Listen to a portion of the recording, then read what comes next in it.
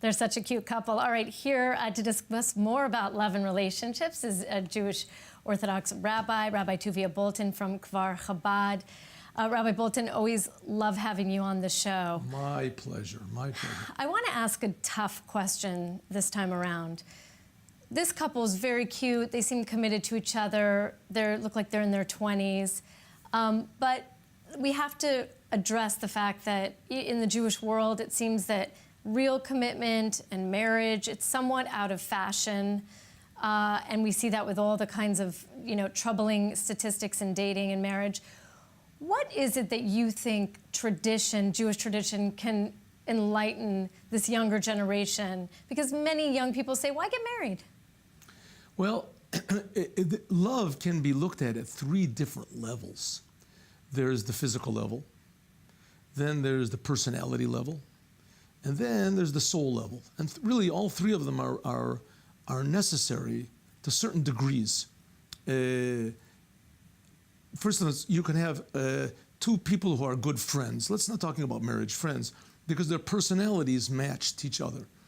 And they complement one another. You can have good business partners. A soul relationship is that God creates everybody in the world, Jew and non-Jew, unique. Everything is unique. Even every snowflake is unique. So every person has some unique quality that no one else has. And also, everyone is lacking all of the other good qualities that everybody else has. That's why it says, who is a wise person? Somebody can learn from everybody. So there's different levels of the neshama, of the soul. If another person can feel a lacking at the very depth of my soul, the essence of my soul, then that's already love. So there's brotherly love, and there's friendship love, and there's love from a mother to a child, and from a child to a mother, from a father to a, and then there's also a husband and a wife, a man and a woman. That type of love exists even if the other person is not there. A person can still love his father, his mother, even if they're dead, even if they're not found. This is especially found in the writings of Professor Viktor Frankl, that he writes about this. But the same thing is also with, let's take marriage and physical life, like we're talking about here. Marriage really should be at all 3 levels. It should be that each person values and sees that thing in the other person that he's missing.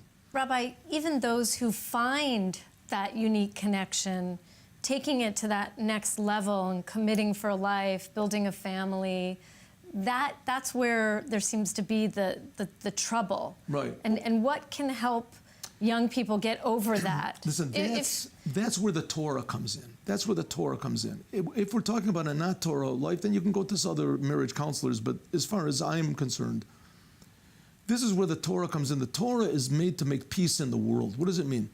That when a couple gets married under the marriage canopy, the chuppah, is there's blessings that are said. These blessings always remind them that even if they're not compatible, even if there are times when they're not compatible, let's say physically, and they're not compatible even emotionally, and they can't see the good in the other person, and therefore they want to just break the whole thing up, but God has put them together. And because God has put them together, so they should always give another chance, always think of that aspect which is even above the spiritual, that links them together, because according to God, a marriage is very, very important thing. It's very precious. Of course, you can get divorced. There is such a thing as divorce, but it says that when a person does get divorced, that God weeps and the altar weeps and everything. But some people say it's better that God should weep than I should weep. Okay, that's what people say. There is a possibility like that. But if a person thinks that there's a power above them that wants them to be together and that put them together, and they're not together by accident, then that's another a binding force. So do you think that the problem in the singles and dating world is connected to this lack of belief then? Because it seems in today's world, when things get tough, people just move on. I mean, you can go on your phone, there's a million dating apps. The idea of actually working through, communicating, getting through problems. You're not always happy in a marriage, but listen, what is God according to Judaism? Do young people just not understand maybe the challenges of marriage? People certainly don't understand. According to Judaism, you see religious people also, there's a lot of times they don't get along. There's a lot of jokes about that, which we haven't got time to tell them. what is God in the end? What is God? God, essentially, the essential force of God is love. God creates the world constantly, every moment, every detail, the spiritual, the physical, everything is being created by love. That's the idea of love. You value the good in the other person. You're looking for something to value, to benefit the other person. And even if you don't see anything good, you believe that there is good. It's an outward movement to benefit someone other than yourself. The world now is selfishness. Everybody believes that, everyone believes in God, but they believe that they're God. Like the joke, Henny Young joke, he said, what is an atheist? Is a self-made man that worships his creator. Right? He created himself, so he worships him. That's what the world is. I'm God. I make it up myself. Like John Lennon's song, you know. But imagine. What do you mean? Imagine there's no religion. So what do people believe in? They believe in themselves. It's the most destructive and the most selfish and the most foolish and false idea that there can possibly be to think about yourself. Do you worry that technology is only making that worse? No. Social media and everybody having a need to put themselves on Twitter and Instagram and Facebook. It's just an opportunity. I think people are no less selfish than they were in the beginning of the creation when Cain killed Hevel. People, I don't think human nature has not changed. That's why the Torah is eternal. Because even though today we have electricity and we have the internet, we have this, but human nature has not changed one iota from the beginning of creation until now. Not one iota. So what really is the essence of man? God creates man with faults. God creates people with faults. And the reason that we have faults is to overcome them.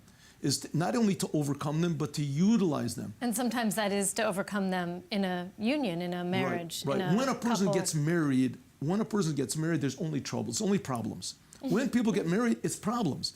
You have another person to think of. No one warns people that the first year of marriage ain't easy. That's why you make a wedding. That's why there are weddings. Why do people make weddings and they spend so much money? Because you have to make the bride and the groom happy, that they're getting into something good.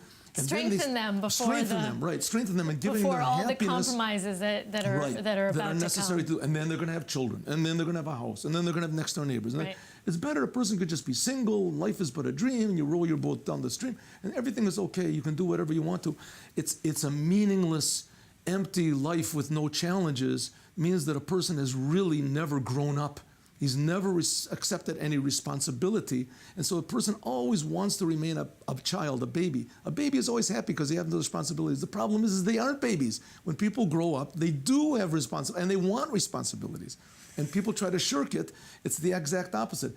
Getting married is the first step in really growing up and accepting responsibility and knowing what it means to love somebody else. Right. Thank you so much, Rabbi Bolton. Always awesome to have you on the show. My awesome pleasure. All right.